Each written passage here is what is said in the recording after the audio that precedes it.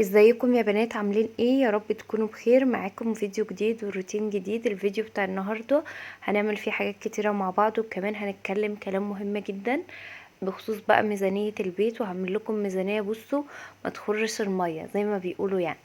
هطلب منكم لو اول مره بتشوفوا قناتي وعجبتكم قناتي تشتركوا فيها وتفعلوا زر الجرس على الكل، عشان كل ما اعمل فيديو جديد يوصل لكم اشعار بيه.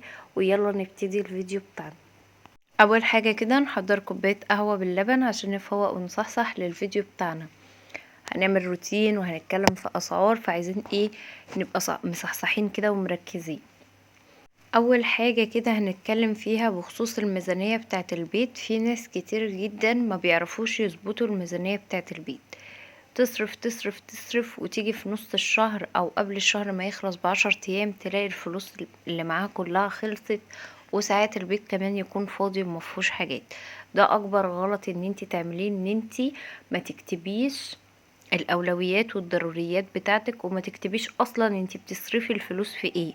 يعني لازم تكتبي كده المبلغ اللي بيدخلك كل شهر، وتكتبي انتي صرفتي ايه واشتريتي ايه. دي خطوة مهمة جدا عشان نعدي من الازمة دي. يعني بصوا، في الاول ما كانش ضروري ان انتي تعملي ميزانية بيت، مع ان انا شايفاها حاجة ضرورية، بس في ناس مشياها كده ايه بالبركة، وما بيكتبوش وما بيحسبوش.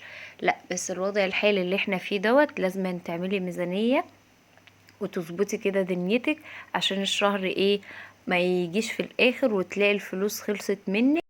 اول حاجة كده خدت كوباية بقى القهوة باللبن بتاعتي، وخدت معاها قطعة شوكولاتة، وجبت الكشكول وقعدت.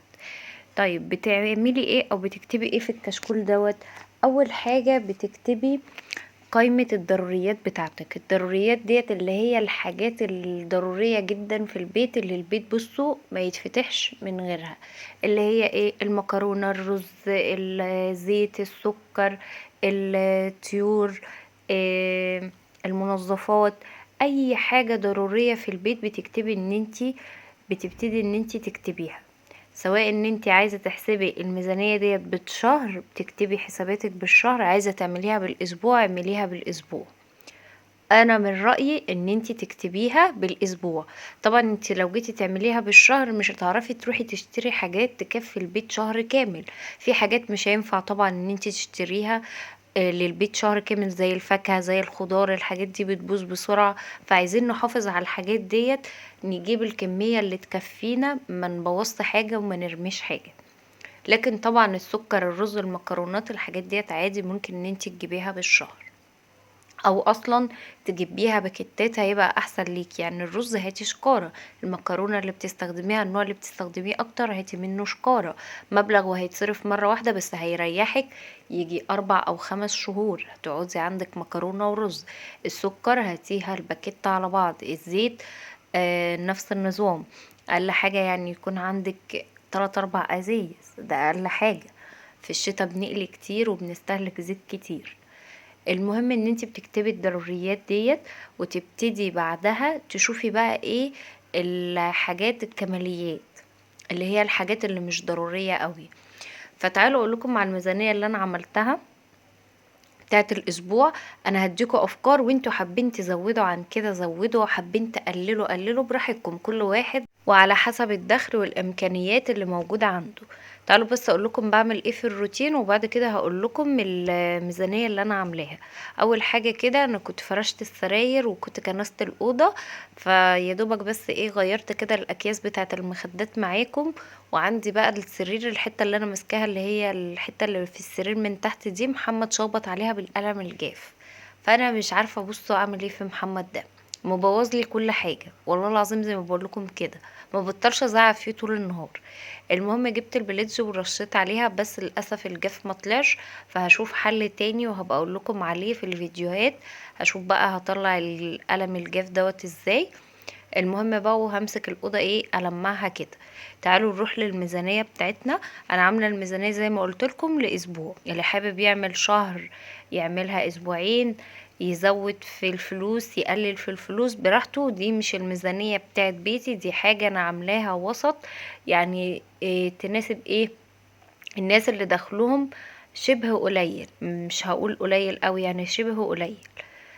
تعالوا نشوف الميزانية اللي معانا بتقول ايه. اول حاجة كده 300 جنيه للحوم، سواء جبتي بقى فرخة، جبتي بانيه، جبتي كيلو لحمة، هما 300 جنيه بس للحوم. وال300 جنيه دولت هيخلوكي تاكلي لحوم 3 ايام في الاسبوع. يعني لو انت رحتي جبتي فرخة ومثلا كيلو لحمة، هيبقى معاكي اكل 3 ايام في الاسبوع. الميزانية ديت انا عاملاها لو البيت فيه 5 او 6 افراد ودخلوا في حدود المتوسط، يعني حوالي 1000 جنيه في الاسبوع. تمام. اللي حابب يزود عن كده يزود، اللي حابب يقلل يقلل.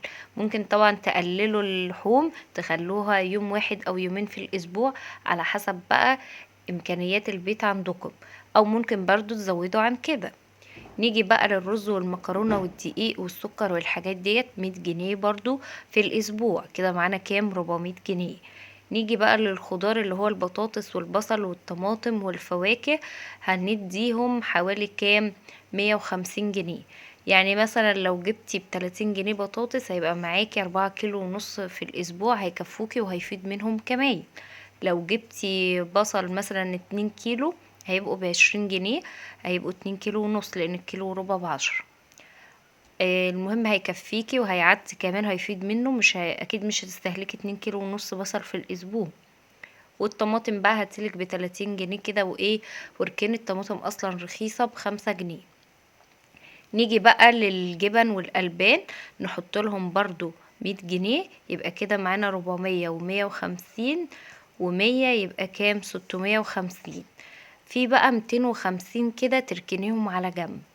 يعني مثلا نعوزتي مثلا تنزلي تشتري حاجة، ما ينفعش كل الدخل اللي داخلك تصرفيه وتجيبي بيه حاجات في البيت وتقعدي من غير فلوس. لازم طبعا حتى لو الحاجة غليت يبقى فيه ادخار، يعني يبقى فيه مبلغ كده تركنيه على جنب. طبعا اللي حابب يزود عن الاسعار دي او يقلل زي ما تحبوا، دي بس افكار اديتها لكم عشان تعرفوا ازاي تقسموا الميزانية بتاعت الشهر. واهم حاجة تكتبوا اي حاجة تشتريها، تكتبيها وتبتدي اصلا تكتبي الحاجات اللي انت محتاجاها. تعالوا بقى نشوف الروتين بتاعنا. انا خلصت طبعا بعد ما لمعت كل حاجة، لمعت برضو الارض وابتديت فرشت بقى السجاد وفكيت الستارة كده، وبحاول ان انا ايه اظبطها. وبس كده يعتبر الروتين بتاعنا خلص. كان روتين سهل وسريع، ويا رب يكون الفيديو عجبكم وتكونوا كده استفدتوا بيه. وروني بقى في فيديو تاني جديد، وعايزة رأيكم كلكم بقى في التعليقات في الميزانية اللي انا عاملاها.